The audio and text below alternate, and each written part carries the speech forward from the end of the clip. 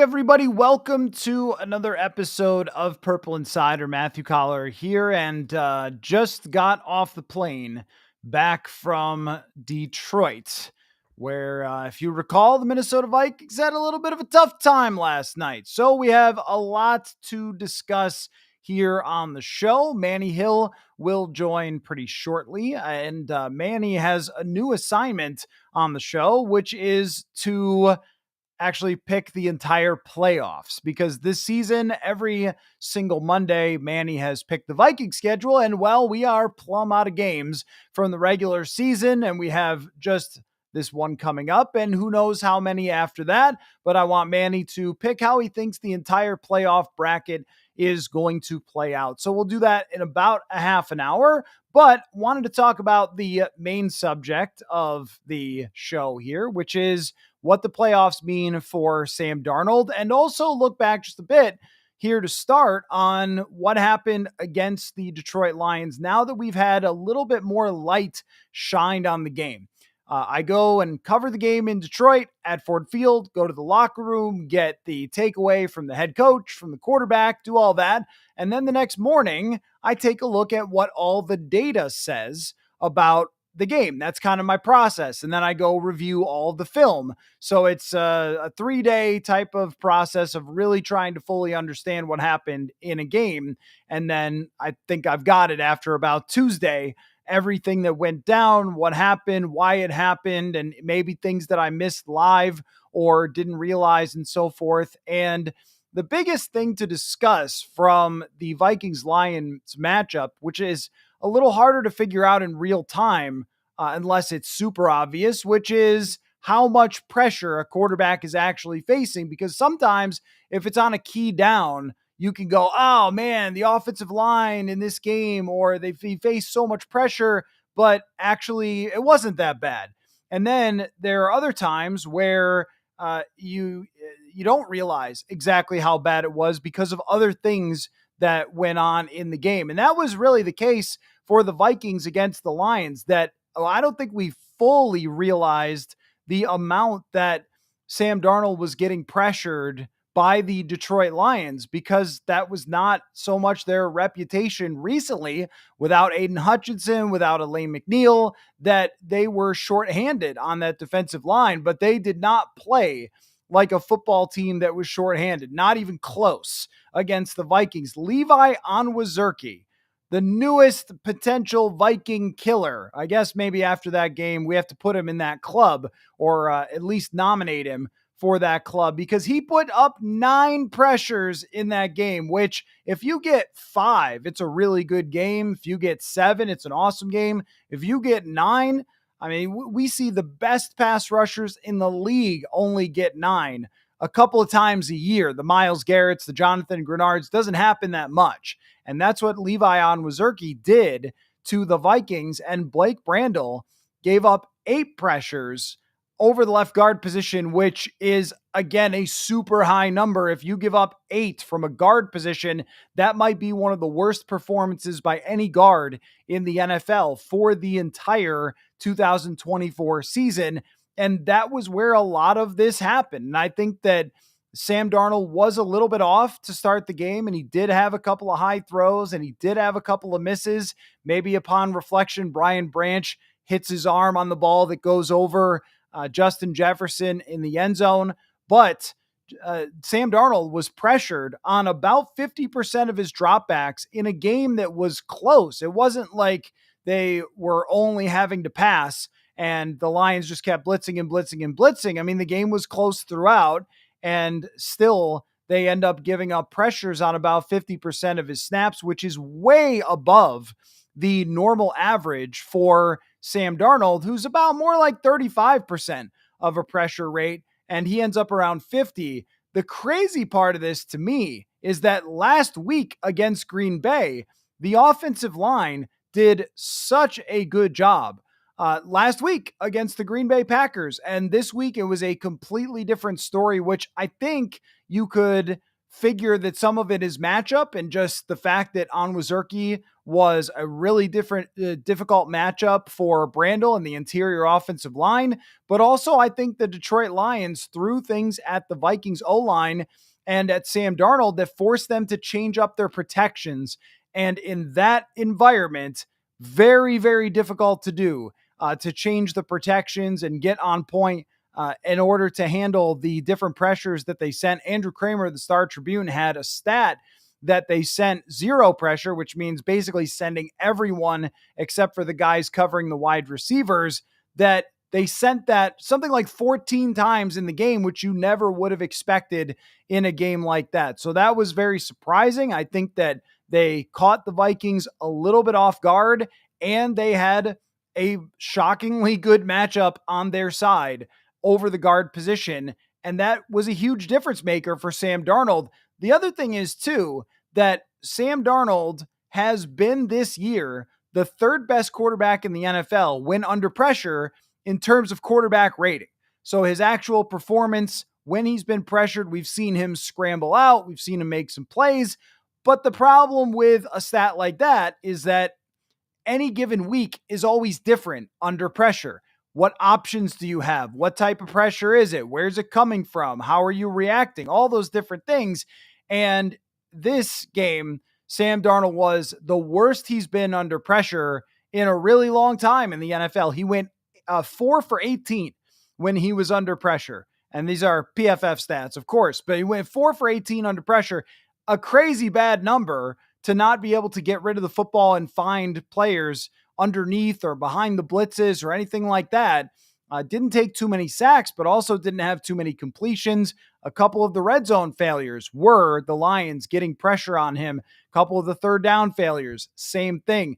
And they blitzed about half of the time in this game, which is not something that the Lions were generally known for. So I think that they did catch the Vikings off guard in a few ways, threw the kitchen sink at them in the biggest game, took advantage of their home field and their environment and their noise, and took advantage of a Vikings weakness on the interior of the offensive line when it came to sorting out those pass protections. And I think it has been at times an issue for Sam Darnold sorting out those pass protections. So 1 week after they were great against Green Bay, they struggle so much in this game, and it did not help Sam Darnold ever get back on track.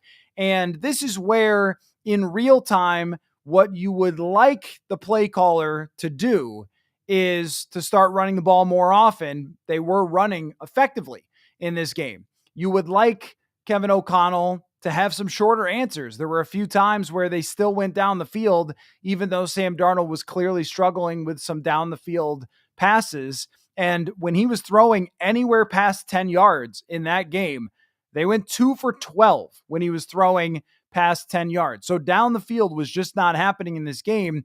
It would have been a little bit better, I think, had they recognized in real time they're sending a lot of blitzes, they're getting after us, we've got to hit them with some run plays to maybe, like they did with Cam Akers, to maybe rip off some explosives and catch the blitz, or just to get the ball out of Sam Darnold's hands faster. And at times, they've been really good at that, the underneath and short passing game. But there's also been times this season where I've thought that they're kind of like a three-point shooting basketball team, that you live by the three and you die by the three. And the Vikings died by the deep ball yesterday going, I mean, not all the passes were deep shots, but when you're pushing it into the intermediates and deep areas all the time, sometimes if somebody has an answer for it or your quarterback's accuracy is off, you have to have a counter punch. And the Vikings did not have a counter punch for the Lions. And even with that said, where they were also let down was by Justin Jefferson. And gosh, nobody's praised Justin Jefferson more than everyone, but myself. I wrote about him last week. We did a whole show talking about Jefferson's amazing year and the extra effort that he puts in and all those things, the big stage ready for him. And he had 2 important drops that were decent enough Sam Darnold throws. They weren't flawless. It wasn't Joe Montana, but they were decent enough. And then on contested catches, he went 0 for 3 which is not what you expect for Justin Jefferson.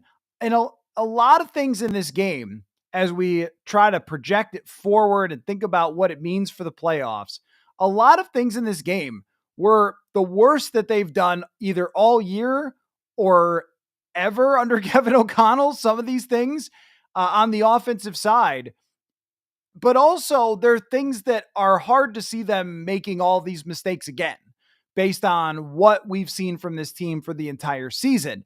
That for Justin Jefferson to play that poorly, the last time Jefferson had a PFF grade as low as he did for week 18 was that game in, I think, week 3, 2022 against the Detroit Lions, when he only had one or two catches. Jeff Okudah was on him that day. A lot of talk about Okudah playing physical with him.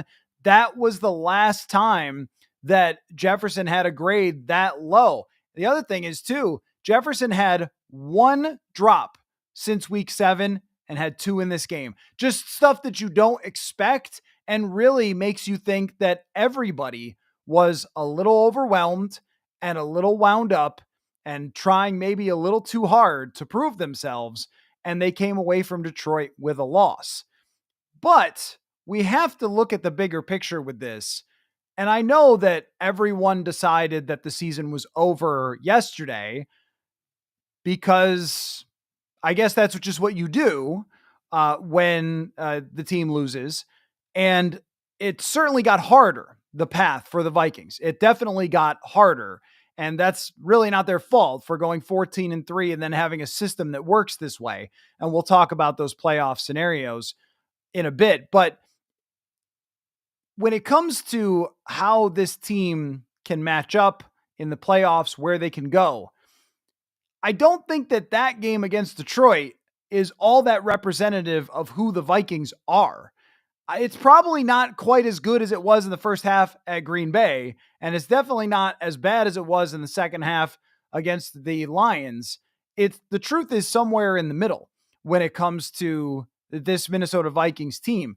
But we have all the numbers now that tell us exactly who they are, and they went 14-3. They outscored their opponents by 100 points, and now they're going to face an inferior opponent in the first round of the playoffs. And there's even a decent chance that they can face an inferior opponent in the second round of the playoffs, because even though Dan Campbell said to Kevin O'Connell, "Hey buddy, we'll see you in 2 weeks," that doesn't guarantee that that's what's going to happen. There are several scenarios where the Vikings could go on the road to play against Tampa Bay. I think Philadelphia is an option. We got to look at all the scenarios and how they could play out in a bit, but they could go to Philadelphia. They have the potential even to host a home playoff game.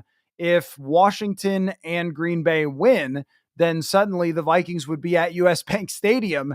And I think there would be quite a different tune. And even, one of the comments here, just that they can beat the Rams, but it's likely over after that. Well, that depends on how it goes, Jim. It all depends on how it goes. It doesn't have to be over after that. It might be over after that if they have to go to Ford Field and beat the Lions after playing on Monday night. You might be right about that. But because of the way the playoff bracket works, they might not be playing the Lions in week 2, and then you'd have to see from there. But if they reach the NFC Championship, that's a pretty good success if they have a chance to potentially play to go to the Super Bowl at the end of this playoff run. So I think what ended up happening in Detroit was that they did get overwhelmed on, of course, the offensive side. The defensive side was great to start the game. They could not have been more ready against Detroit, but I think Detroit maybe would argue that they were a little overly amped up too. And now in going into the playoffs, I think it will feel like less of an atmosphere. I mean, Los Angeles is going to be better than you think. It's going to be louder than you think. Their fans will show up for that. It's a big event. In LA, if there's a big event, people will show up. They may show up midway through the first quarter, but they'll be there with the traffic and so forth in LA. But they've already had, I think, their toughest environment, and that is against the Detroit Lions yesterday. So now there is an opportunity to forge a path through the playoffs and make this thing interesting. I don't believe it would be accurate to say that the Vikings season came to an end against Detroit. I think the path just got more difficult for them. And if after the last game we saw that Darnold struggled like this, he was able to bounce back and become the best version of himself that has ever existed in the NFL. If there's something like that on the way, then we might end up looking at Detroit as somewhat of a turning point. But over the last 2 weeks, what a whiplash roller coaster type of ride where they beat the Green Bay Packers and they beat them mostly handily. They outperformed them significantly, and it looked like they could play with anyone. And then they lose significantly, and it looks like they could play with no one. Well, that's the NFL for you. That's how it works. And this is where it does tie into Sam Darnold and his future. That's, I know, the major topic in the NFL surrounding the Vikings, because after they played that way, they don't belong on the marquee of everyone saying that they're the favorite. But I think that a lot of people are far too quick to throw out everything that Sam Darnold did over 17 games in the NFL, or over, I guess, 16, but even the bigger picture, over 17 games this year, just because of the thing you just saw. And if we weren't all prisoners of the moment, then the NFL would not be so fun, wouldn't be so exciting. Every game gives us all the answers. But I also think that if we're trying to do it right, if we're trying to get the right answers, then I don't think that we should be prisoners of the moment, or we should be overreactionary to just one game. If you go even the MVPs of the league and go through their game logs, there's a bad game or two in there. Lamar Jackson played very badly against the Pittsburgh Steelers this year. Josh Allen played very badly against the Houston Texans. It happens. Sometimes it's the wrong matchup, the wrong situation. Something doesn't fit right. A pass gets missed here or there. And then all of a sudden, the wheels come off and you're walking out with a loss.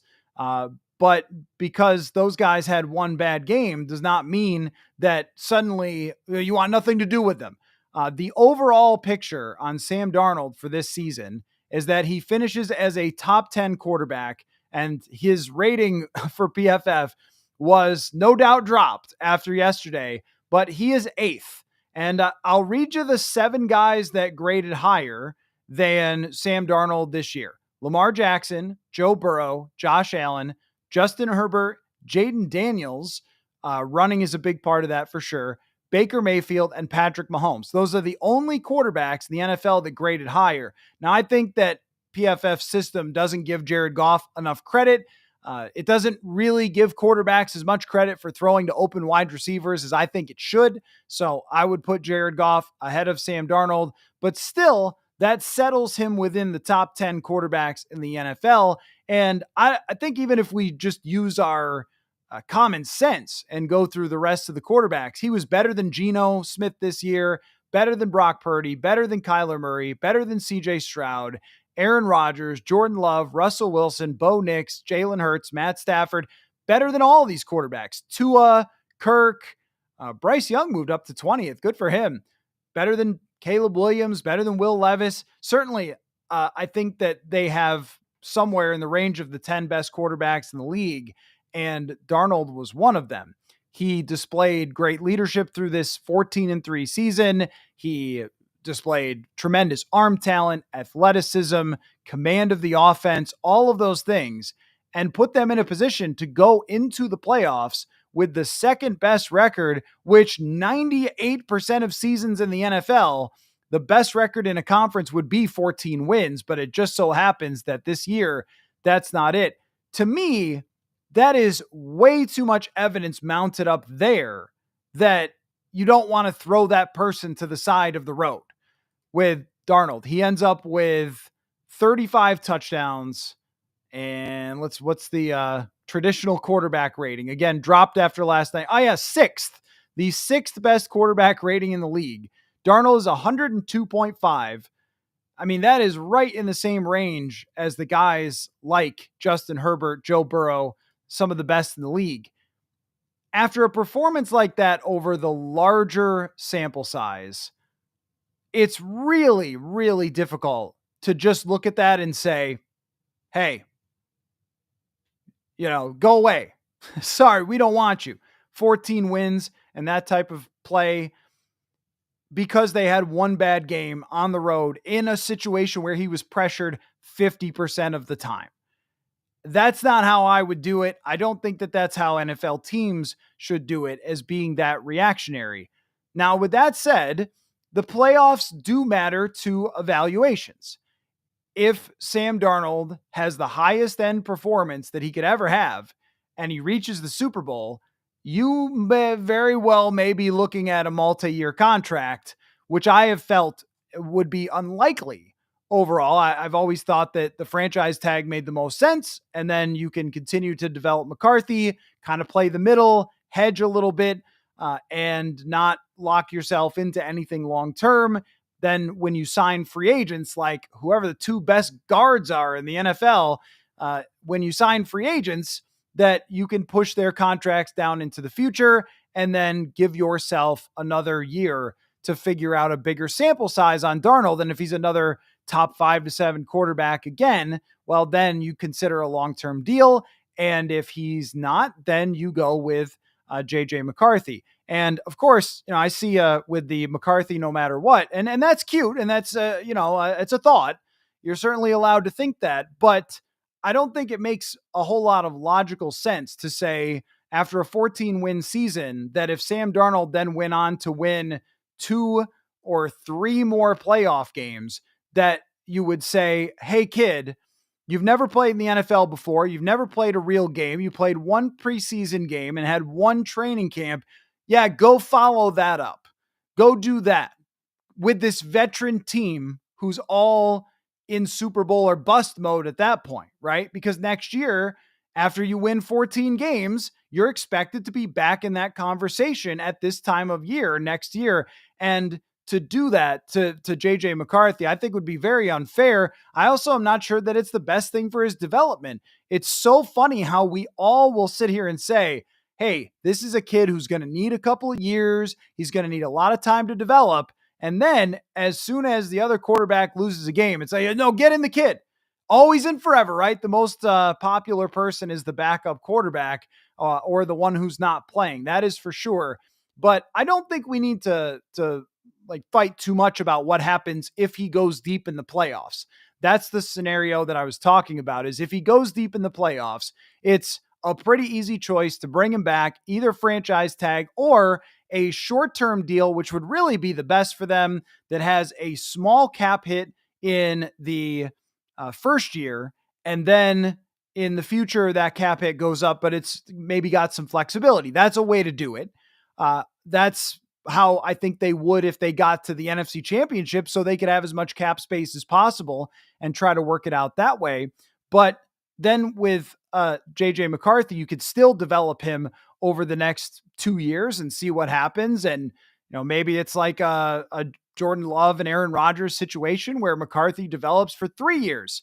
And then he's the old age of 24 years old when he takes over as the starting quarterback. Playing both sides of this makes so much sense for the Vikings. And if you bring back Darnold and it doesn't go well and he regresses and they're struggling, then you go right over to JJ McCarthy. But if you're asking a rookie who's never played to match the performance of Sam Darnold, that is a lot. That is a lot to ask when you have zero sample size of JJ McCarthy playing. So I think McCarthy was on a great path this year. They should feel really strongly about him, and they do. But if Sam Darnold wins multiple playoff games, then there really isn't a discussion here. They have to find a way to bring him back, and then really the conversation is how. The harder situation for the Vikings would be if Sam Darnold loses to the Rams and plays the same way that he did against Detroit. I still think that 14 wins the regular season and a top 7 performance in the entire league is too high to walk away from. I don't think this is like a Jimmy Garoppolo type of situation where he had shown his limitations. He wasn't an athletic quarterback. They really had to simplify things like that. And I also think Harbor that it's not true that you can't fix the interior line and sign Darnold. That's just not true. And this is probably the biggest myth that needs to be dispelled. And I'm going to see it, and I'm going to see it every time we talk about it. I know I'm going to see it. The biggest myth is that you can't improve the team after signing Sam Darnold. And I will point to 2018. And this is when the cap was not going up anywhere near as much as it does from year to year now. But in 2018, the Minnesota Vikings signed Kirk Cousins. What did they do later that week? I made another trip to TCO Performance Center for another player to be introduced. That was Sheldon Richardson, one of the best defensive tackles in the league that the Vikings still signed. You know why? Because they were in a Super Bowl window, and so they pushed money down the road in order to go all in on that Kirk Cousins and Sheldon Richardson plan, and were able to have him as the star defensive tackle for that year. Now, eventually the wheels did come off of that roster. That is true. And they just kept with Kirk Cousins. They did not live in reality and move on and draft a young quarterback after that when they should have. That's what happened in the past. But for 2 years, they were able to pry the window open and even made bad decisions by keeping guys that they shouldn't have, like Anthony Harris or even Kyle Rudolph's last contract. I think even he ended up regretting that a bit. And who was the other one? Anthony Barr.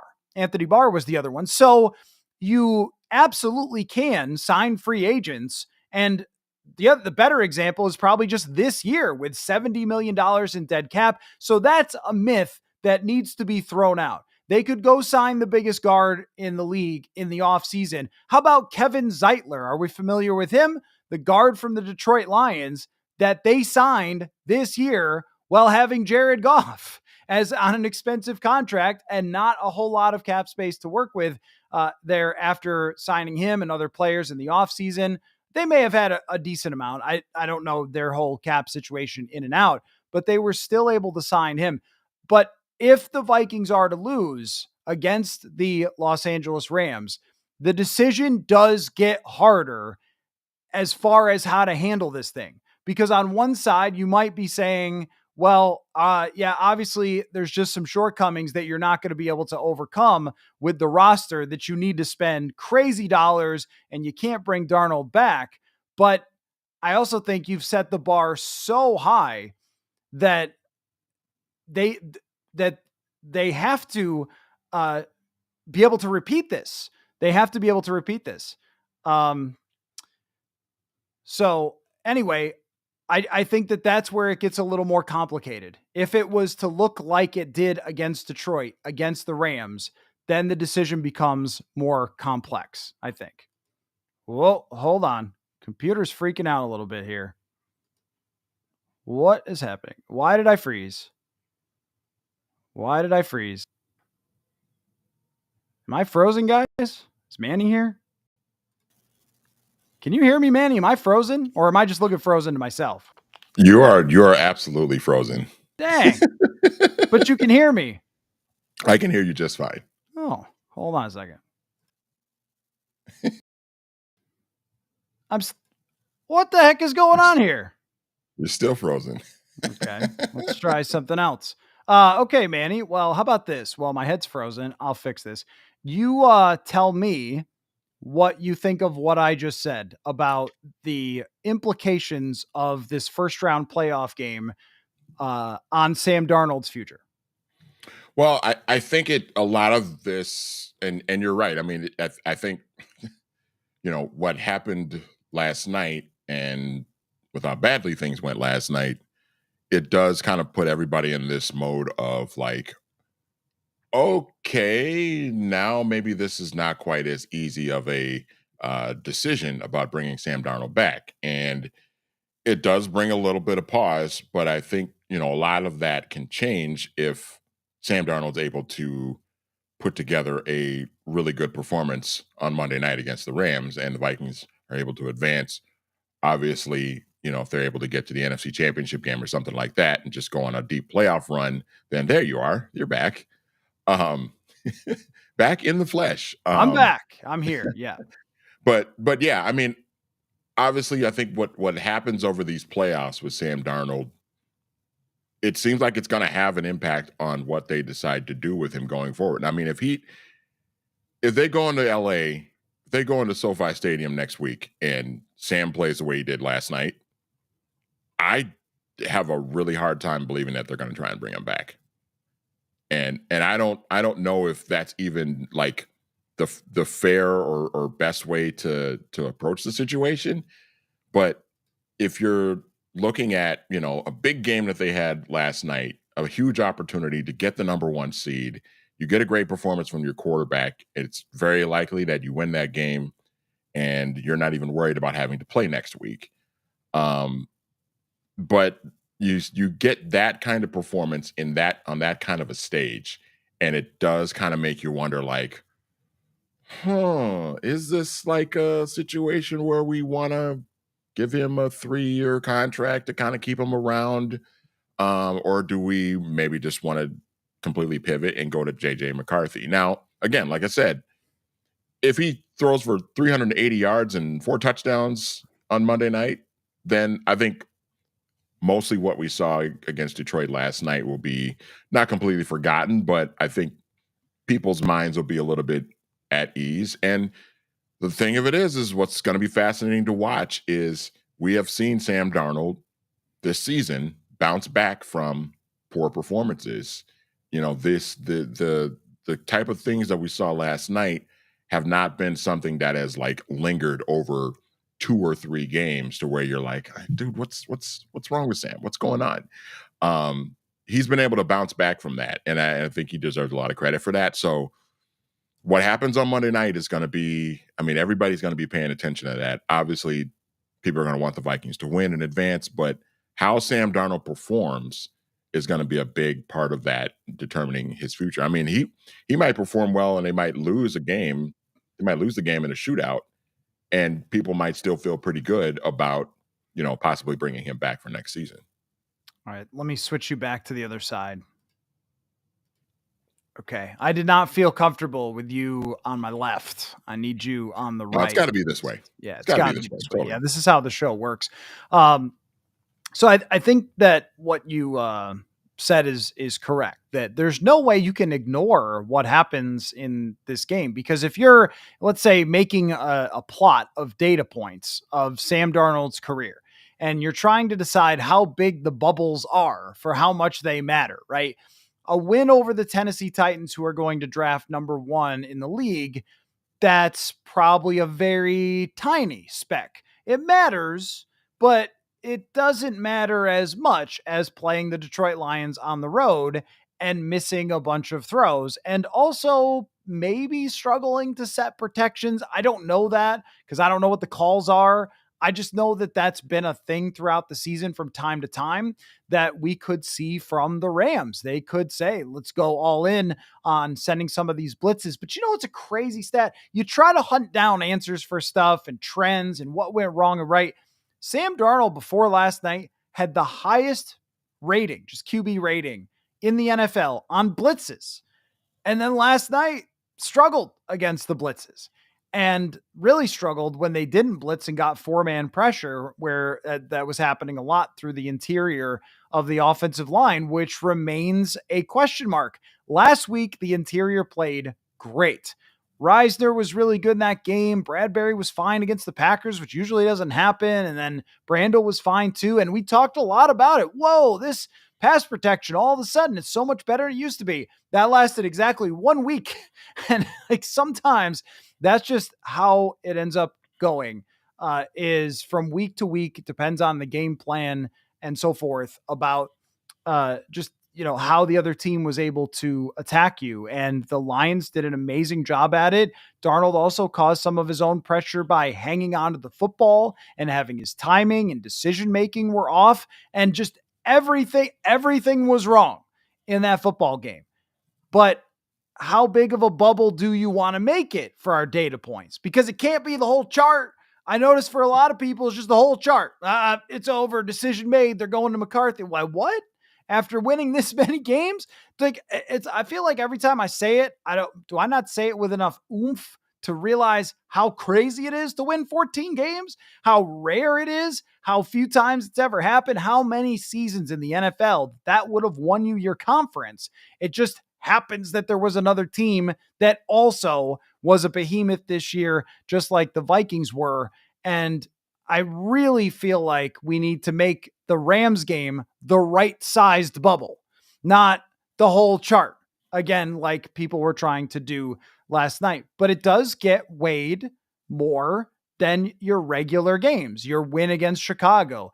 I thought that it was a big bubble how he played against Green Bay. Remember, the only reason they had a chance at this is another thing to keep in mind about last night. The Yeah. only reason that they had a chance at this is because Sam Darnold was awesome against the Seahawks and won them the game in the rain, in the atmosphere against a team that has, what do they end up with? 10 wins, double digit wins. He makes plays. He crushes the Atlanta Falcons. He crushes the Green Bay Packers. Like, that's the only reason you're here. And then you're like, that didn't happen. He's trash. Throw him. Whoa. He, even to get there, he had to be an elite quarterback for weeks and weeks. And you can't, that to me, that bubble is much bigger than what happened yesterday. And I don't want to look at this Rams game and say, well, that's a team with a good defensive line, by the way. Jared Verse is really good. Cam Robinson had a tough go against the Lions, which I think maybe some of that is just not being a part of this team all year. Some of it is sometimes an offensive tackle that's not Christian Darrisaw gets beat and has a bad day. Can't happen against Jared Verse. Can't happen on the interior versus Brandon Fisk. They've got good players. And so if Sam Darnold gets pressured like crazy and doesn't have a great day, are we going to say, get him out of here? And so Morgan says that 14 games doesn't mean anything if you lose in the first round. But when you're evaluating a quarterback decision into the future, how 14 games doesn't mean anything? What? Then Nick Foles should have been the Philadelphia Eagles quarterback. Trent Dilfer should have stayed with Baltimore forever. Jeff Hostetler should have been the New York Giants quarterback. I mean, that's not how it works either when it comes to evaluating things like this. Well, 2 years ago when the Vikings went 13-4 and we were having a conversation about what is the future of Kirk Cousins? Should they move on? Was this kind of the last hurrah this first season with Kevin O'Connell? And what was everybody saying? Well, you can't just let Kirk Cousins go. They won 13 games this season. Like, how do you do? So that part of it, the type of season that you have and how many games you win does tend to always sort of play a role in, when you're trying to make a decision on a quarterback. And it should. I mean, because that's the more times you have opportunities to win double-digit games and get into the playoffs and get into that tournament to try and make a run to the Super Bowl, it becomes a situation with whatever your quarterback situation is, you're going to have to think about it and you're going to have to make some sort of a decision when the season is over. And again, Vikings still have to play a game. The season's not over yet. I was texting with you earlier today. It's as crazy as this sounds. The Vikings still have a very small chance of hosting a game in the divisional round. They basically need the other two road teams this wildcard weekend to both win. Then they would be the second highest seed available left at that point, and then they would be at home against Washington. So there's still a chance for that too. So it's not. It's just one of those situations where you have to kind of let everything play out and then look at how everything transpired over the course of the season, the entire regular season and the playoffs, and make that decision then. Because if you make a decision now, like I know a lot of fans are, because of what they saw last night from Sam, everybody's, they're just off the bandwagon and that's it. It's not it. He's not the guy. Got to move on to JJ now. Well, again, like I said, if he throws for 375 and 4 touchdowns next week and they beat the Rams, then what? Right. Right. You just got to let everything play out. Then the chat will look very, very, very different. And I think that is social media culture in general, and also the way television has become a reflection of social media, is whatever just happened is the complete truth. And go back and watch after week one of any program talking about football, any social media accounts, things like that. After week one, I guarantee you, everyone will say, I was right about this. I was right about that. This team's screwed. This team's going to win a championship. Is this the early front runner for MVP after week one? We see that all the time. So that's the nature of the beast. And it's always been like that, overreactionary. But now it's like they've added jet fuel to that with the fact that you can overreact to every play, every quarter, to where, Kevin O'Connell deserves to be fired in the first quarter of the game because he didn't hand the ball off to somebody or something. Like, whoa, they're here trying to play for the 1 seed. And now you're saying O'Connell should give up play calling duties. What? Then what? After this year, you think what? But that's just how it works, right? I mean, everybody's got their own favorite, craziest overreaction, but now we're privy to everybody else's, and people rile each other up, which is why you and I try to fly evenly on the show and look at the whole picture. We look at all the bubbles. We're missing a few of them. We got to see what happens in these next few games. But I do not think in the Vikings front office that the decision is resting on Los Angeles.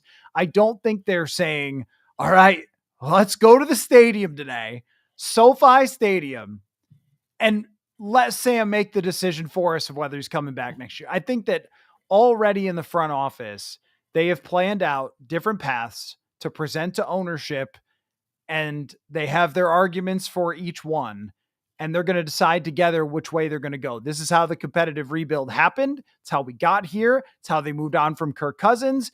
That's how it's going to work. They're going to get together, and Kwesi's going to have all the analytics, and Kevin O'Connell's going to have his opinion. The ownership is going to have theirs. You're going to have the pro scouts or whoever else involved, the coaching staff, Josh McCown, everybody, and they're going to talk about it. And they're going to say, here's our pros and cons. And it's funny because real football decisions come down to, let's put a little pro and a little con, and then let's all make our decision. But I think with Darnold, that when you've played this well, when you've reached a certain peak of being in the top 7 or 8 quarterbacks, it's really, really hard to just go, who needs him? And Trevor says here, Matthew's dead wrong on Darnold. If they sign him to a big contract, it defeats the whole point of letting Kirk Cousins walk. Not so much, because you have to, well, first of all, I mean, the franchise tag thing, no matter how many times I explain, it's just not going to stick, because like Kirk Cousins screwed their salary cap for so many years that no matter how many times I say, this is actually different. And you look at Andrew Van Ginkel, who's getting $3 million this year on the cap. You could do that with whatever guard you sign and push it down there. People are not going to accept it. And I understand that. But here's where it's different. There were 2 seasons where Kirk Cousins signing was justifiable, 2018 and 2019. Some of us maybe weren't the most in support of it, but the salary cap was fine in 2018 and 2019. They had a 2-year window to win a championship with the 2017 team. They fell short, but not for a lack of salary cap space, not for a lack of team building. That was really because their quarterback wasn't good enough to get that done. And they hired the wrong OC, and they decided to spend their cap space on a DT instead of a guard, and we could go on forever. But the point is that when they did that, when they went and signed Kirk Cousins, they still had the same roster that they had before, and they fumbled their chance to go back into the playoffs in the final week of the season when Cousins and Thielen got in an argument in the sideline, and the Bears starters were laughing at them on the other side of the field, not because of the salary cap. So I think that if you look into how much space they have for next year, they can absolutely do this. And I think a lot of you are kind of reaching for arguments because you just never wanted this guy. It's been so clear, Manny, from this whole season long. When they're 5-0, people couldn't wait for them to be the 2016 season so they could get it over with, get to the draft, get rid of Sam Darnold, move on to JJ McCarthy. And it's felt that way the entire time. Like there were so many people who put their hearts into JJ McCarthy and that idea that any other path is just F you when you bring it up. But it makes way more sense to run back with the quarterback that got you here than it does a quarterback who has never played, who is 21 going on 22 years old, coming off a major injury. Yeah. And by the way, and not only that, but coming off when he was playing collegiately, he was kind of in a situation where, and you and I talked about this in the draft leading up when we were going over different quarterbacks, would they take Penix? Would they move up and take Drake May? All of that stuff. Is JJ McCarthy moving up? All that, all those things. We talked about like, okay, we can see the physical tools of JJ McCarthy, but for a lot of his playing time at Michigan, he wasn't asked to do a lot. He didn't have a lot of weight on his shoulders to sort of carry that offense and lead them down the field. It was running the ball and playing really good defense. That's how Michigan won that national championship. They were a talented, really talented roster across the board. And he, JJ McCarthy did a good job of like managing that offense. But like the NFL is a different beast. And to just assume that you just hand the keys to JJ McCarthy and, he's going to win 14 games like Sam Darnold did this year. Like, that's not a guarantee. I mean, you move on from Sam, okay, and you go to JJ. All right, well, what happens if they go 10-7? Because the schedule will be a little bit harder. And, you're dealing with a quarterback who's younger and not quite as experienced. So he's going to make some mistakes as well because he doesn't have a lot of experience. And you go like 10-7. Well, that's a downgrade from record from the previous season. Is everybody going to go ape bleep because of when that happens? And it's like, well, okay, but this is what you wanted, and this is what you probably should have expected when you make the transition to a new quarterback like that. So I think that before people sort of jump the gun and just say, nope, screw Sam, get him out of here, let's go to JJ next year, you got to be really careful with that because things would be a little bit different. And if you think that he's just going to step in, you're going to go 14-3 next year and go to the Super Bowl, like there's a process to all of this, and it's not going to be that simple. So that's just something for people to, I think, keep in mind. Trevor says I am being a jerk. Dang. Old me again, Manny being a jerk. Sam, Darnold is good at 10 million. He will want 50 million to resign. I mean, I may be a jerk, but you're not listening. I think that may be part of the trouble. See, I've explained about 4 different times how if you franchise tag Darnold, they'll be paying the same on the salary cap next year at the quarterback position as they are this year because Kirk Cousins is making $28 million to not be a Viking this year. Understand? So when you sign players like Blake Cashman, Jonathan Grenard, and Andrew Van Ginkel, if you use overthecap.com and you go look at their cap hits for this year, you will be very surprised to find out they're not very big. Because if you have owners that like to spend signing bonus money, that means you can spread that money out and you could prorate some of it. You can put it a little here, a little under the couch cushion. Rob Brzezinski knows how to do this.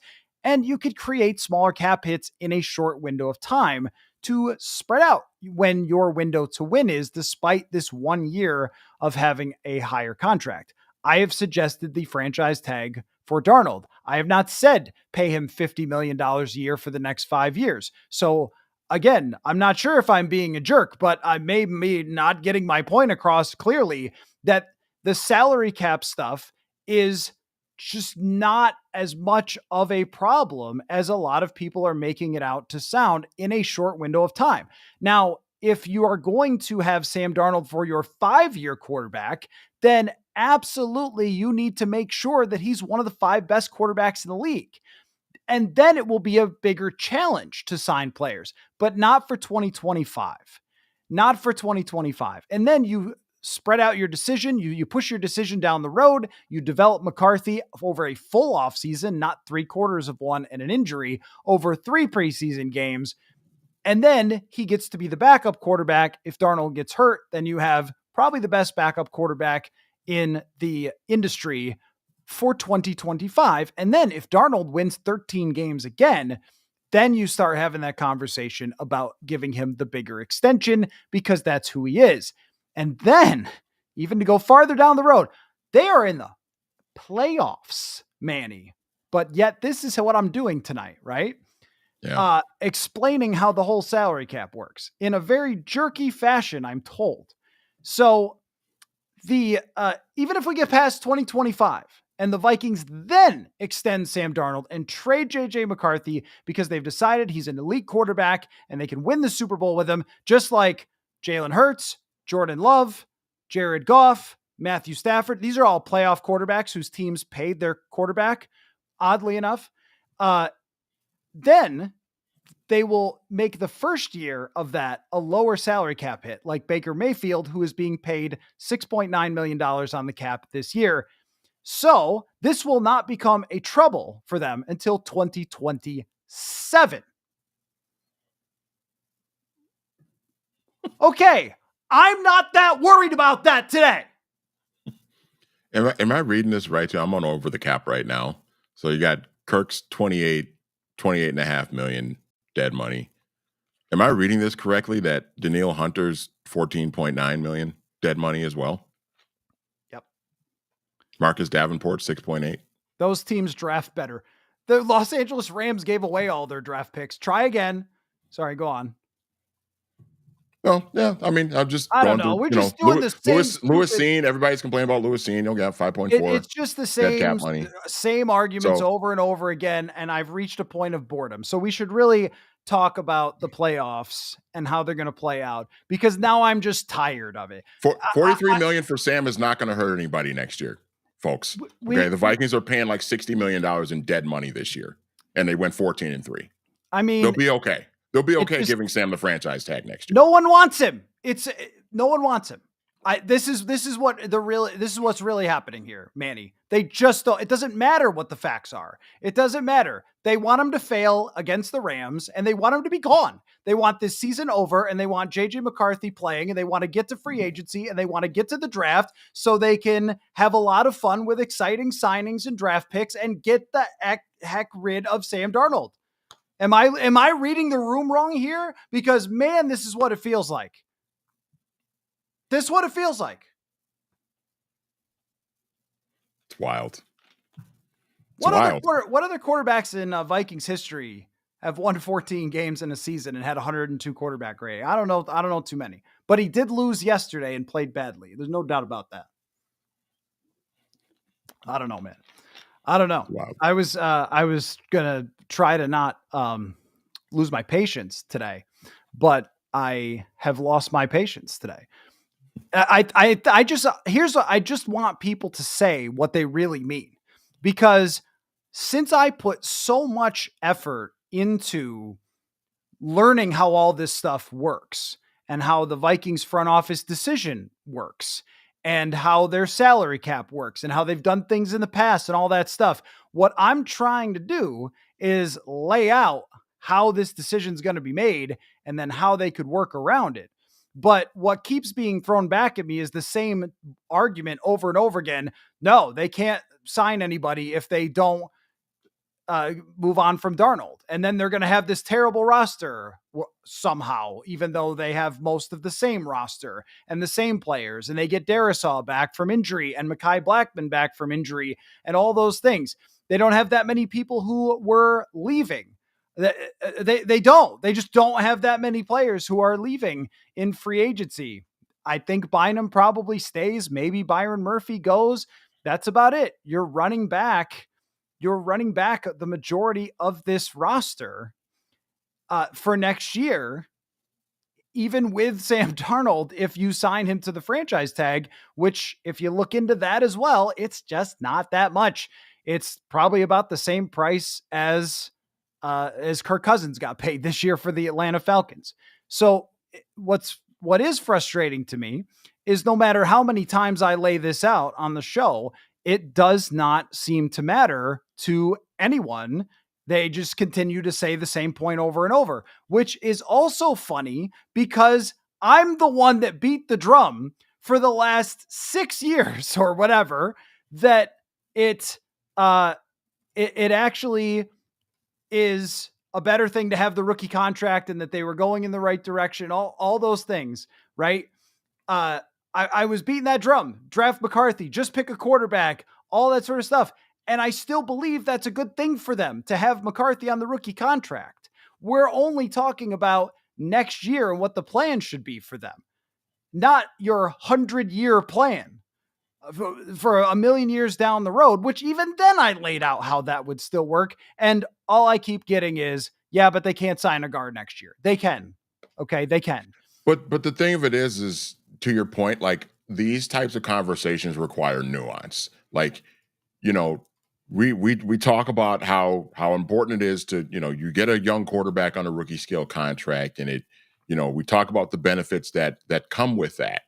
And that still range true, but there is room. We always have to leave room for nuance because things are a little bit different than what we expected that happened this year.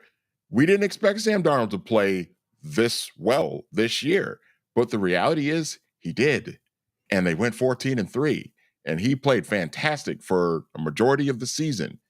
And so now it kind of changes things to where it's like, okay, maybe you don't necessarily have to go to JJ McCarthy next year because you have Sam Darnold, who is 27 years old, and he has shown that he can be successful running this offense, and you can have a team that's competing and can get to the playoffs, and they won 14 games. So it's not necessarily the worst thing in the world to bring Sam Darnold back and let JJ McCarthy develop behind the scenes for another year. There's nothing wrong with that. The Packers did that twice. They did it with Aaron Rodgers 20 years ago, and they did it with Jordan Love just a handful of years ago. And both of those situations turned out just fine.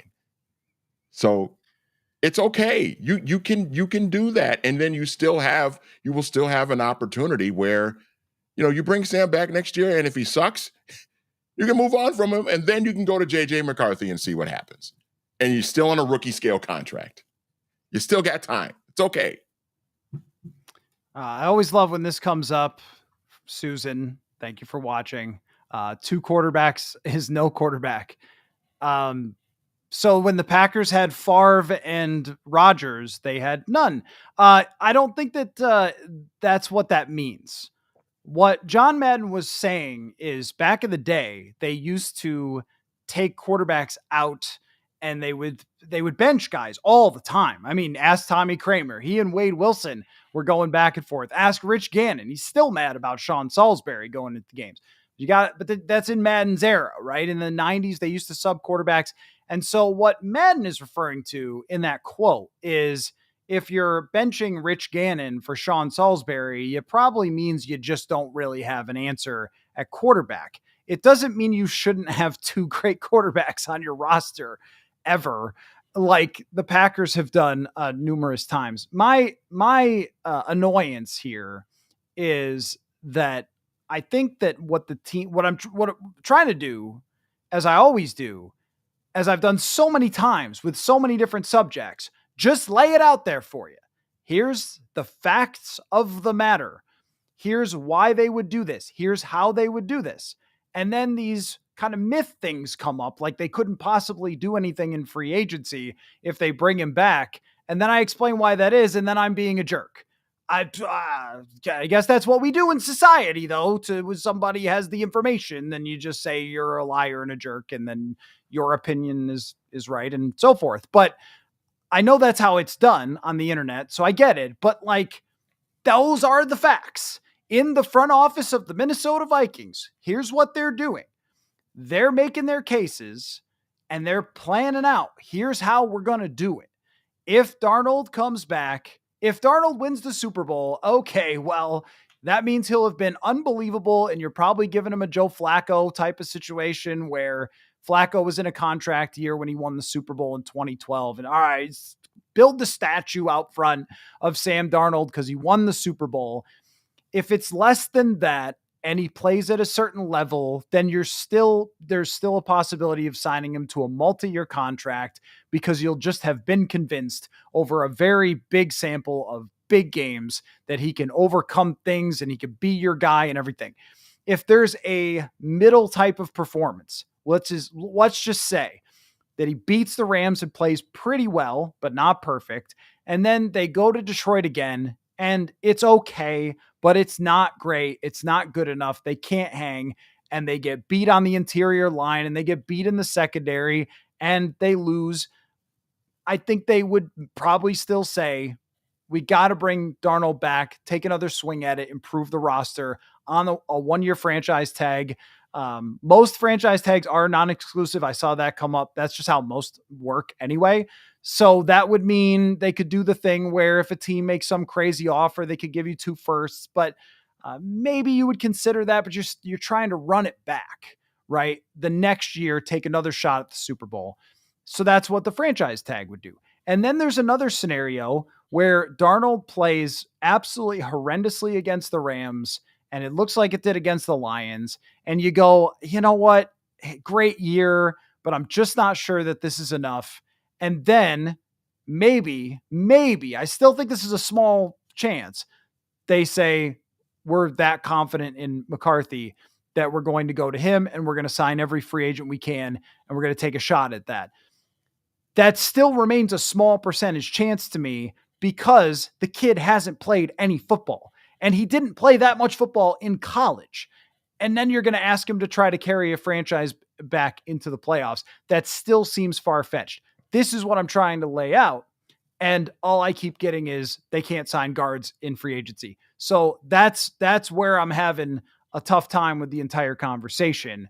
Is I do think that the Rams game is relevant, Manny. I just don't think that it's the big decision maker like Right. everyone is treating it as.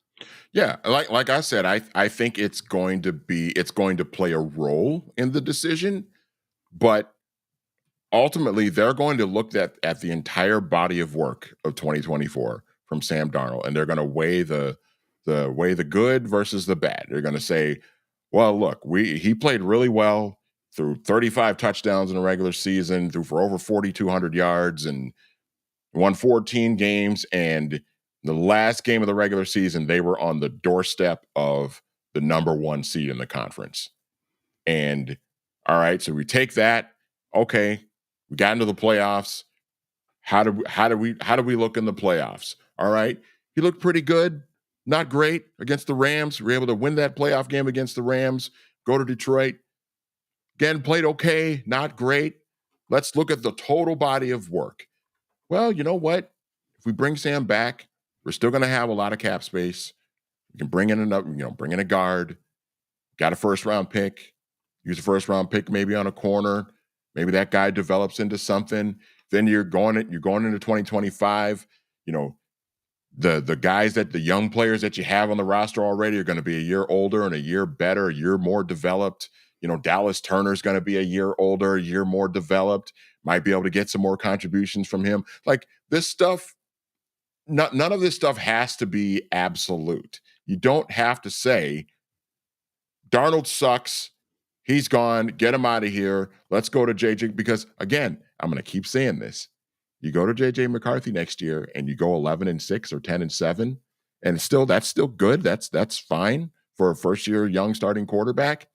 But I guarantee you, coming off of a season in which you went 14-3, there's going to be a lot of people that are not going to be happy because the expectation is that you're going to repeat what you did in 2024. And when that doesn't happen, because you moved on from Darnold and you went to a younger quarterback who has less experience and is going to make more mistakes just because he's a younger quarterback, then don't come back to us and say, oh, well, he should have been fired. You got to get rid of this, got to get rid of KOC. How can they regress like that? Well, because you went to a younger quarterback with less experience. That's going to happen. And I just think that where the age of the roster is, if you look at the average ages in the NFL, the roster, this is an older roster. This is a lot of the core players are in their primes, and a lot of the players are playing the best football of their careers, like Jonathan Grenard, Andrew Van Ginkel, Blake Cashman. You've got Jefferson in his prime, Darisaw, O'Neal. There's so many players that are in a win now type of mode that you have to do this again. And no one thinks that Darnold's going to win 14 games again, Giuseppe. But that's not what I was saying. But that's the point being, though, that, I mean, even you said 11, that would be great. But if McCarthy has a lot of rookie moments, as all the rookies did this year, even Jaden Daniels had a stretch, then you're still looking at, even if it's an 8-9 season, if you miss the playoffs, then you've taken this veteran team that was on the cusp of it here and then said, sorry, you guys now have to reset as if you're a completely new, fresh, young team that is resetting its roster, when really they've been in the win now mode, because that's how the owners have wanted them to be. And the owners have been right this year that they should put all of that into it.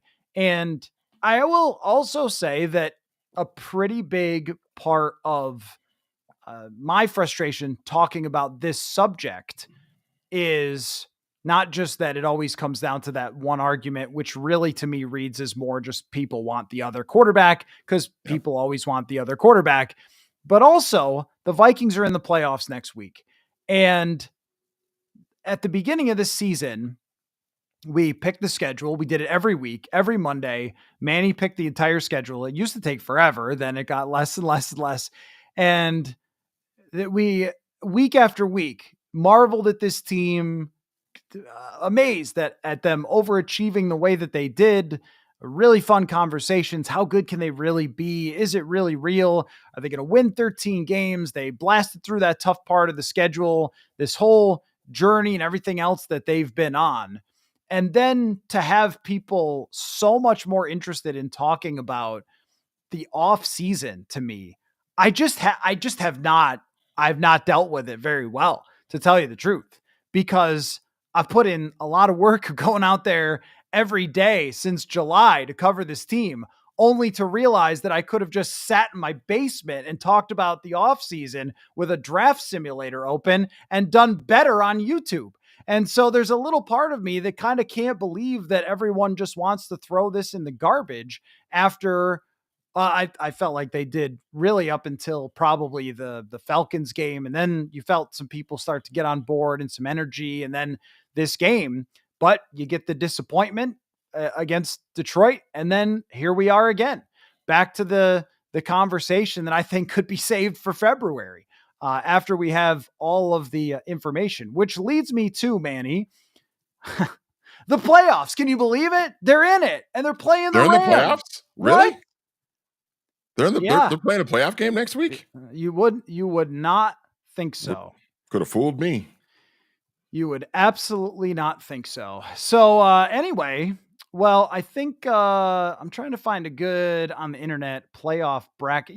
There's nothing like the playoff machine on where you could just fill in the bracket. Let me just take a look here. We got a good bracket here. Okay. I got one. So I want you to pick the playoff bracket, and we'll do this each week throughout the postseason, and then we're going to get to the Super Bowl, and then there'll only be one game to pick. So let's, why don't we start out with this, Manny? The Vikings are indeed. I also paid a lot of money for a flight to Los Angeles to cover this game. So I'm hoping that some of you guys will be interested when we get to Monday in covering that as well. So they're playing the Rams, Vikings and Rams. Who do you think wins the football game?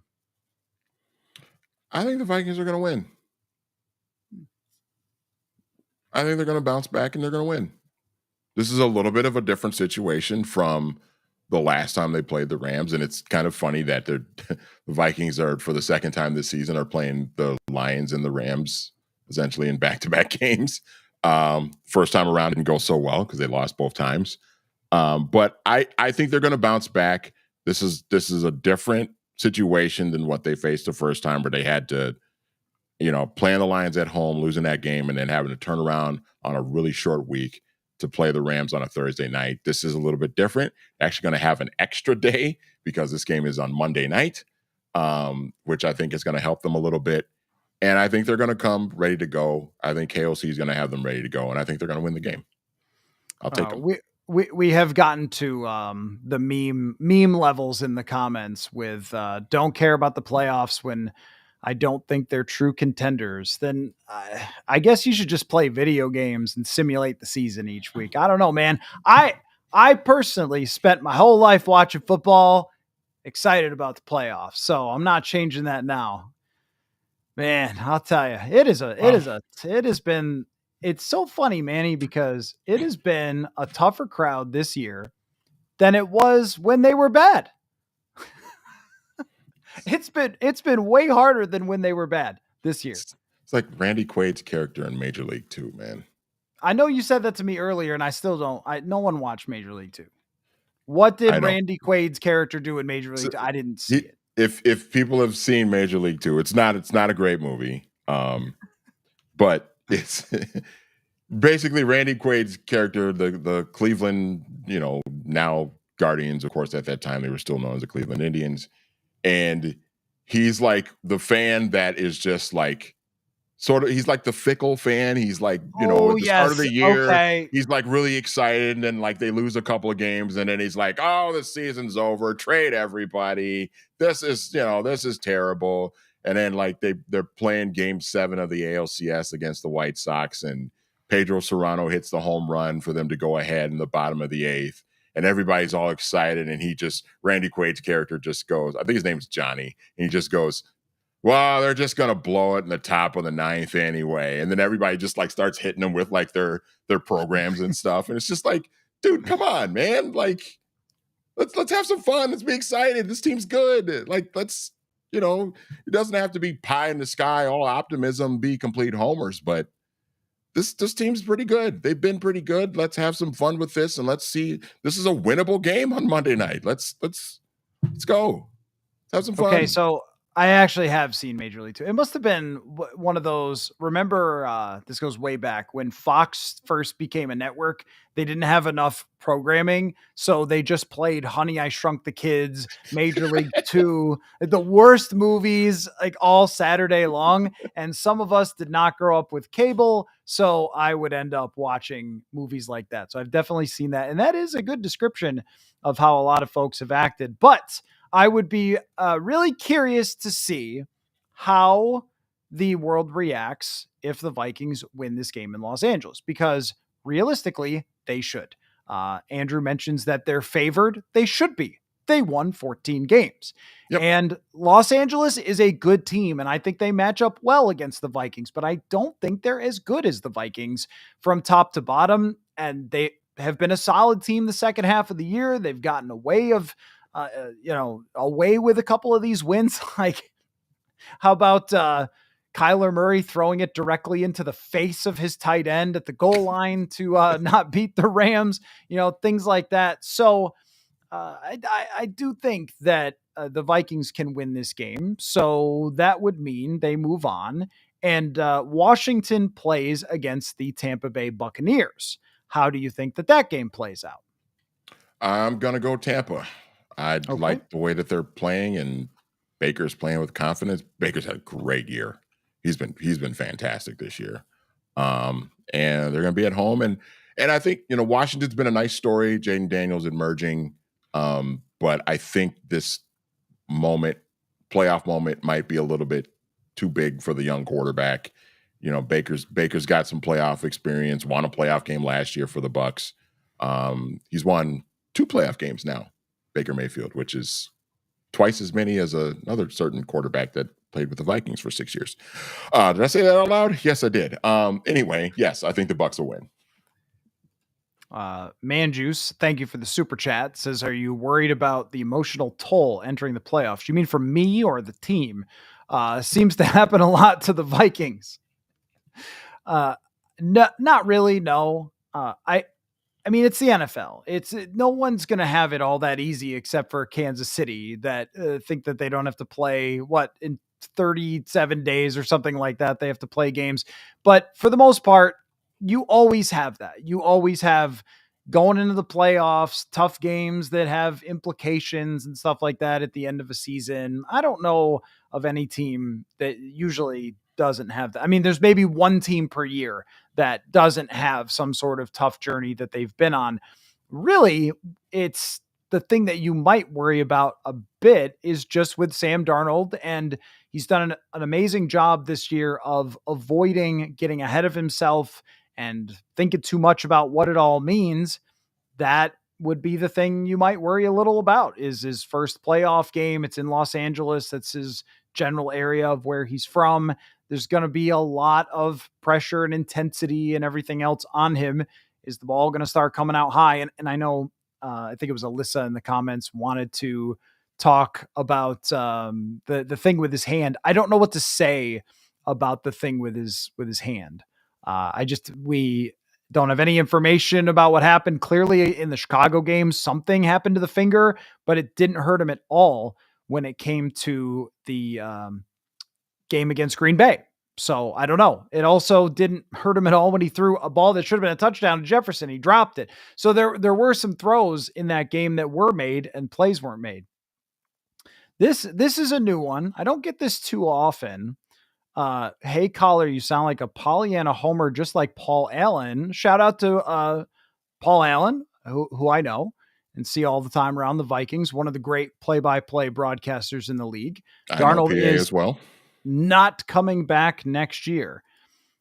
So I don't know why me saying that there's a good chance Darnold does come back would make me into a homer.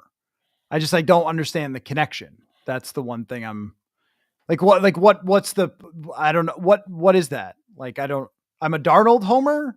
I'm like the Paul Allen for Darnold's. I'm just laying out the decision here for you. I'm trying to dispel things that aren't true and use all the facts that I have, including that he's been one of the top 10 quarterbacks in the league and they won 14 games. Those facts seems to get ignored a lot, but that's where we are. But I just don't understand how that would make me a homer to lay out the facts about the Sam Darnold decision. What are you supposed to say? I don't know. Yeah, I don't know. What do people want? I don't know. We're trying to pick the schedule and I keep getting thrown off. That's on me. So, all right. So you pick Tampa Bay to move on. Yep. Now, how about Green Bay and Philadelphia? There's a small part of me, and Vikings fans are going to get mad at me for saying this. There's a small part of me that wants to pick the Packers in this game because this is kind of what they do when they get to the playoffs. I mean, they did this last year with Dallas. They went into the Jerry World and they blew the doors off the Cowboys. But I think the Eagles are a little bit of a different team. There's a lot of talent there. I imagine Jalen Hurts is going to be back out of concussion protocol and ready to go, I would assume. He was probably going to be able to play yesterday, but they just didn't play him because they didn't need to because the game didn't matter, if I'm not mistaken. So the Eagles, they run the ball incredibly well with Saquon. Their defense is good. Their offensive line is really good. Jalen Hurts is really good. I think that they're just kind of the better team. I do think this is going to be a close game, though, because the Packers are also good as well. Although them losing Christian Watson that went down for the season, that's kind of a big loss. It's one less weapon that Jordan Love's going to have to work with. But I think the Packers are well coached. I think Matt LaFleur is going to have them ready to play, and it'll be close. But I think the Eagles will win just from being at home and having that advantage. Yeah, I think so too. The Packers have some interesting numbers. The times that we've seen them, we've not been that impressed because the Vikings have spent most of the time way ahead against the Packers this year. But things like DVOA, some of the, their point differential, things like that, all look pretty good for the Packers as a matchup with Philadelphia, much better than your traditional number 7 seed. The teams that were good this year were just really good. And the Packers, I'm sure those cheeseheads are looking forward to next year. Come on, folks. But anyway, those people, I will say, are pretty entertaining when it comes to the Packers fans. That's a whole different nation of human beings. Anyway, so I tend to agree with you, though, that even though Hurts is coming out of the concussion protocol, really hard to say about just how exactly he's going to perform. But I think that they're the better team overall. Marty says that I'm a little off my game holding on to the mic too long. That might be true. You guys have worked me up a bit. So that would leave the Vikings going to Detroit. And that would put Philadelphia playing Tampa Bay. How do you think those two matchups play out? We'll pick the AFC side too, but we'll do this. I will take Philadelphia, and I'll take Detroit. Okay. So Philadelphia and Detroit beats the Vikings again at Ford Field. And that sends Philadelphia and Detroit to the NFC Championship. Who wins that game? I'm gonna say Philadelphia. Okay. Philadelphia beats Detroit and goes to the Super Bowl. Well, we are both earning a lot of friends here tonight. Uh, I've been called a homer and a jerk in the same episode, which is a new combination. That's And you wild. picked the Eagles to go to the Super Bowl. So at least you didn't pick the Packers, I guess, to go to the Super Bowl. And let's But I just, feel like everybody would be mad at me if I pick the Lions to go too yeah, no, at this that's true, point, you right? know? It It's doesn't kind of a matter. no-win situation for me. So what do we make of the Vikings season? Because we've done this all year long where we've talked about not only the record, but kind of what it means. And hey, if they got to this point, then who would they be playing? And what's the situation and all that sort of stuff. So if the Vikings beat the Rams and lose to the Lions, what are we to make of the 2024 season if it plays out the way that you just picked it? I think that as a whole, I think we give Kevin O'Connell and Kwesi Adolfo-Mensah a lot of credit for what they were able to put together as a season as a whole. I definitely would not call the season a failure. It might be a disappointing ending, considering that just a week or so ago we were talking about them potentially going to the Super Bowl. And that would be a disappointing ending, but not necessarily a disappointing season. And I think that what it shows is Kevin O'Connell can continue to lead a really good offense and call plays and have one of the best offenses in the league. And Brian Flores is legit defensive coordinator, great defensive mind, and that they've got basically it will show me that and I've been shown already, basically, regardless of what happens in the playoffs, that these guys know what they're doing and that the franchise is in a good spot. They would have a decision to make at the quarterback position.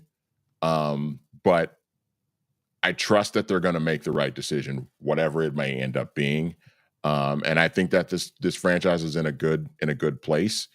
And you make a couple more good moves over the next offseason, and you're going to be right back. If everything goes right and people stay healthy, you're going to be right back where you were this year, which is contending for a playoff spot, contending for the division, and possibly able to make a Super Bowl run. So I think this was a good season, regardless of what happens in the playoffs, and because they certainly outperformed what I thought they were going to be, which was probably like a 9 or 10 win team. Um, and so when I expect that and they turn around and go 14-3, I can't really complain too much. I don't really have any complaints. So Yeah, I think if you laid out at the beginning of the season, this is where it would go. They would win 14, have a chance to be the number one seed, kind of get screwed by the rules, and then end up losing to the team that was the top Super Bowl favorite from the beginning of the year. I'm not a gambler, so I don't know if their odds ever dipped out of the top three for being a Super Bowl contender, but I think the Lions were always there from the beginning of the season as the team to win the NFC. So if that's who you're playing against in the playoffs and in the last week, it shows you that you've elevated yourself all the way to being in Super Bowl contention. And if they went to Ford Field in the divisional round and played a much better game, and you think about how close they were to playing a much better game last night, a catch in the end zone, a throw in the end zone, a couple more handoffs at the 5-yard line, and maybe we're talking about the Vikings losing 24-21 or something like that last night to the Lions, and not what the score ended up being. The margin was very thin with the way the defense played for a large majority of that game, and then the close calls that they had. If they go back and they play something like that and lose by 3 points to the team that goes to the Super Bowl, I think you're going to say you're there. You're there. A couple of more things, guys come back, make the moves, and you're going to feel very, very close. If they go to Detroit and lose 31-9 again, then you're going to probably come away saying, well, it was a great season, and it was the competence that was proved by O'Connell and by Kwesi adofo-mensah and the roster building, and they can go places, but they weren't that close to the absolute best of the best, which was Detroit. So I still tend to think if they played them again, like if they played last night's game 50 times, that most of the 47 of those are close. But everything came together for them to end up losing the way that they did. The missed field goal when it was going to be 17-12 late in the third quarter. Then who knows how it plays out. How about Andrew Van Ginkel? I Right. was just gonna say that. Think about how, because was it 17-9 when that Yep. happened? Yep. Now think about that. And that's a pick six. That's a touchdown if he catches that. So now it's 17. I don't know if they would have gone for two or maybe just kick the extra point. But either way, it's either like tied at 17 or it's 17-16. Completely different football game. And who knows what happens after that. So yeah, those are like the little things that on the first drive where Sam has TJ Hawkinson wide open on the seam up the middle and he just overthrows him by like 7 yards. It's like, if you hit that, what happens on that drive? Maybe you get in the end zone. There was a lot of little things that happened in last night's game where you're just like, that happens. Maybe the end result is a little bit different. And then that does make you think, like, this team is not that far away. And again, let's go back to the first game at US Bank Stadium.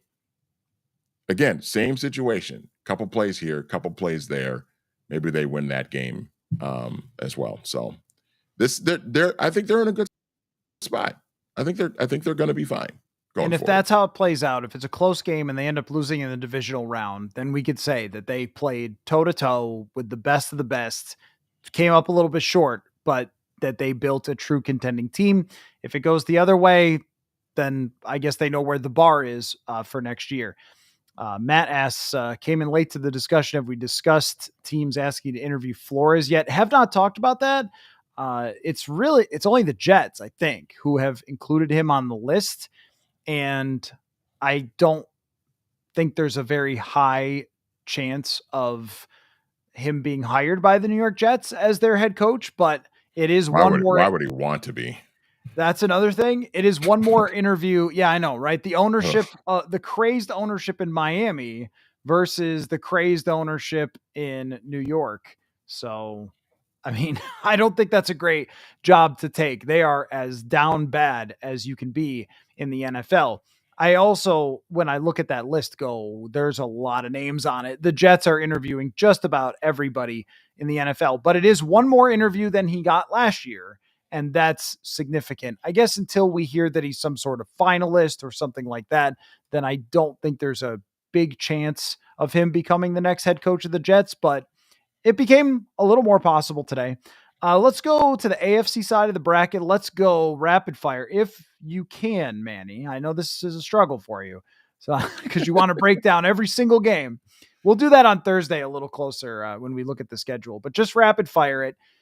Houston and the LA Chargers. Who wins that one? Chargers. I agree with you. Pittsburgh and Baltimore. Baltimore. I would agree with that as well. Pittsburgh, really. The way that the game ended the other night, just sad and pathetic. And I just want to throw out there, because I know this was a game ago, but for KOC too, if he's listening, just hit those timeouts. Just hit them timeouts. Don't wait for them. Because KOC did this against Green Bay. Let's everybody run to the line of scrimmage. Get lined up. Check. Tick, tick, tick, tick, tick. You run 30 seconds off the clock. Just hit the timeouts. Deal with the implications later. That's how you do it on Madden. That's how you should do it in real life. Anyway, Buffalo and Denver. Denver's got no shot. Bo Nix has been a nice story. He's played pretty well. It's been fun. The buck stops here, Denver. It's over. Buffalo's going to kick the crap out of you. So I believe that would put, if I'm not mistaken, would that put the Chargers and Baltimore? Oh, no, I'm sorry. It would be Chargers and Chiefs Yep. right? Chargers and Chiefs. Who wins that one? Chiefs. Yeah, I think so. But that'll be fun though. Those teams always play good games. Bills and Ravens. Woo-hoo, sign me up. Ooh, football. Oh boy. The That's MVPs playing each other. that's a juicy one. I know you said Ooh, rapid fire, but that's a hard one to pick. I'll give the edge to Buffalo because they'll be at home. okay. That's a Buffalo. hard that's a hard one to pick though, It man. is. Buffalo and Kansas Oof, City in the AFC Championship. as it should be. Or if it was Baltimore and Kansas City too, that would also be Uh, as it should be. it seems Um, inevitable. It really seems inevitable. I think the Buffalo Bills are going to go to the Super Bowl, Matthew, Wow. and it's going to be it's. I think the reason why I think that is because this is almost like the year where they shouldn't do it because it feels like Josh Allen is doing everything by himself. He's like really, really legitimately like carrying that offense right now. I mean, James Cook has been really good with the running game, but like Josh Allen has like been really carrying that entire offense. So this is of course like the year where it's like, it's probably going to be too much for him. And then of course, like he defies all the odds and they go all the way to the Super Bowl. So I think Buffalo's going to go to the Super Bowl. Buffalo and Philadelphia in the Super Bowl. One heck of a battle there. Who do you think wins it? I think the Bills get it done. Ooh, the Buffalo Bills winning the Super Bowl. I don't know about that, Manny. I do not know about that. It's crazy. They are a really well coached team that has strengthened the offensive line. They run the ball better than they have in the past with James Cook. They have one of the best defensive minds. There is a little bit of a concern, though, from past years about the game management with Sean McDermott. Can you really Yep. close out one of those games that they've struggled so much?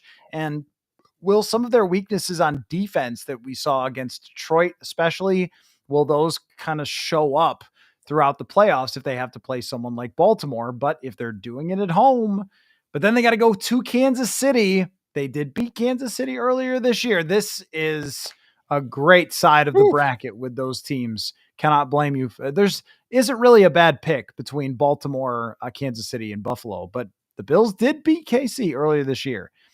Jeff in Seattle with the $10 super chat. Thank you so much for that. Our Super Bowl window is open now. You cannot turn this team over to an unproven rookie. You just can't. Either Darnold or Daniel Jones will be the starter next season. I can't see that being Daniel Jones, but Mm-mm. I tend to agree with your sentiment. Just it's too much to ask. And also, there's no rush to get to JJ McCarthy when another year of development. And I'm sure that in Green Bay with Jordan Love, it was painful for people to wait for Jordan Love when it's like, all right, we've seen everything there is to see with Rodgers. We're tired of his drama. Get to the other guy.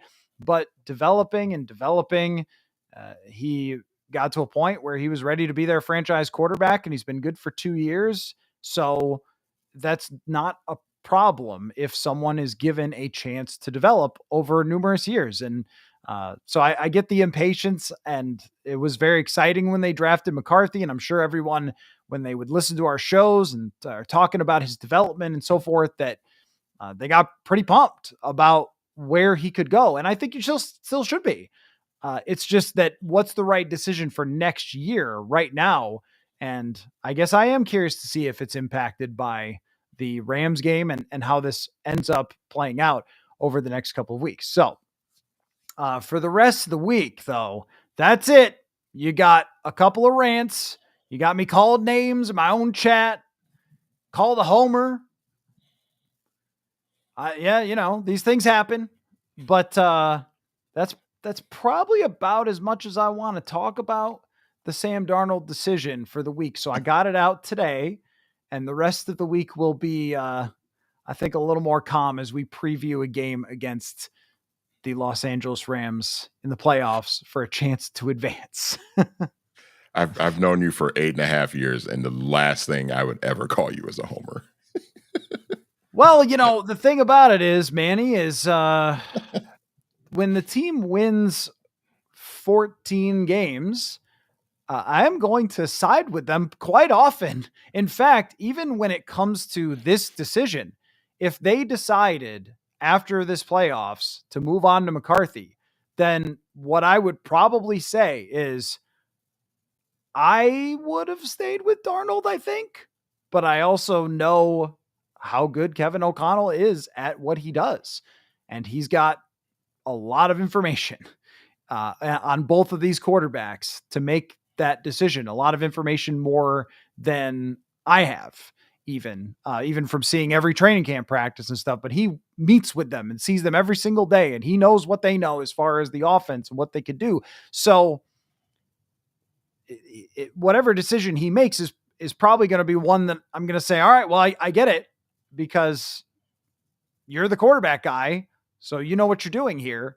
But I also think that people should be thrilled beyond belief with what Sam Darnold has done this year. And I think maybe that's kind of digs at me a little bit. And you talk about like just evaluating things in a fair way.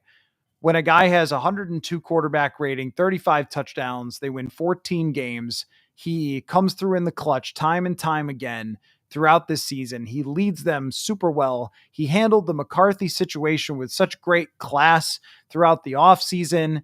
And that, they're buddies out there being good teammates and all those things that he's done. And you see him get picked up on his teammates' shoulders. You see what it means to him. You see what it means to them. And then to have people be like, get him out of town. It just doesn't sit very well.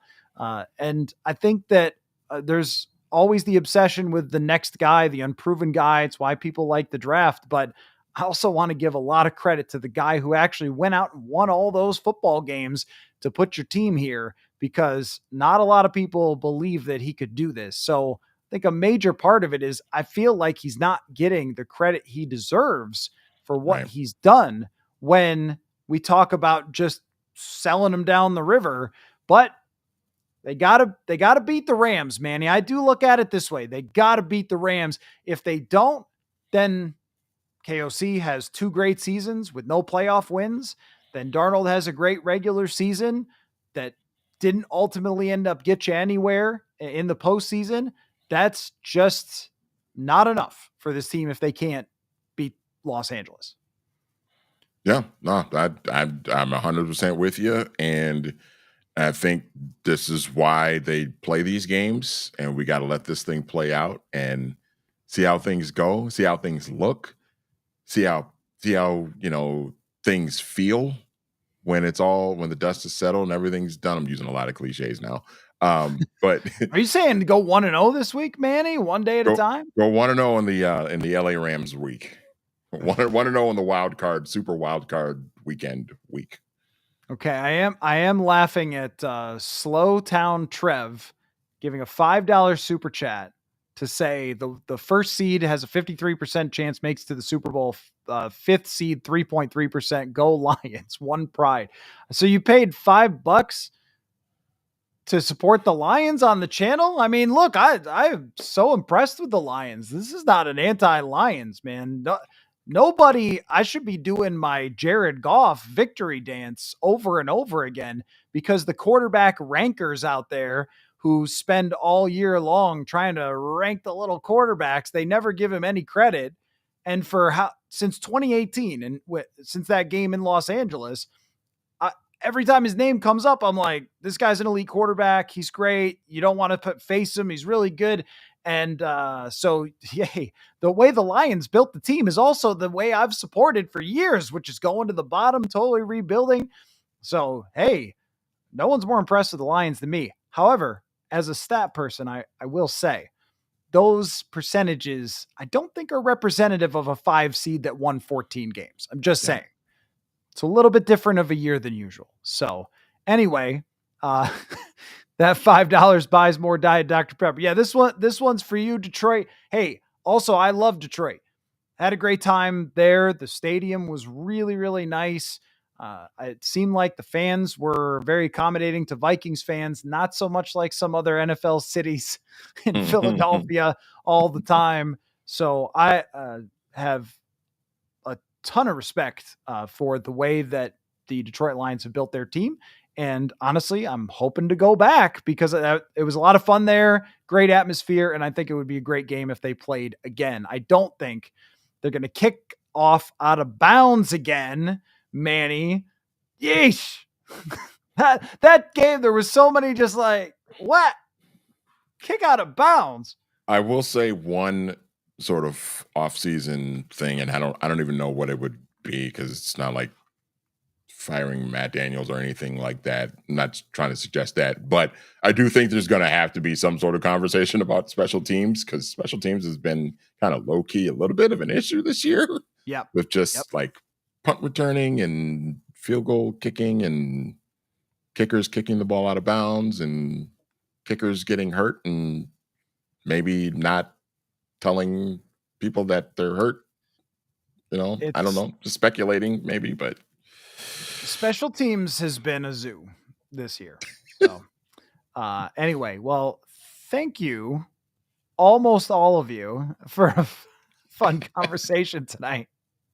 No, this, what I want, and this is the reason I made it the headline. This is the reason I want to talk about it, was to get it out of the way today. And then we're turning the page. We're talking playoffs on this channel the rest of the week. And I'm sure that there will be many podcasts and YouTubes and stuff that just do all in and everything on Sam Darnold and that decision, but it's not going to get made until the season is over.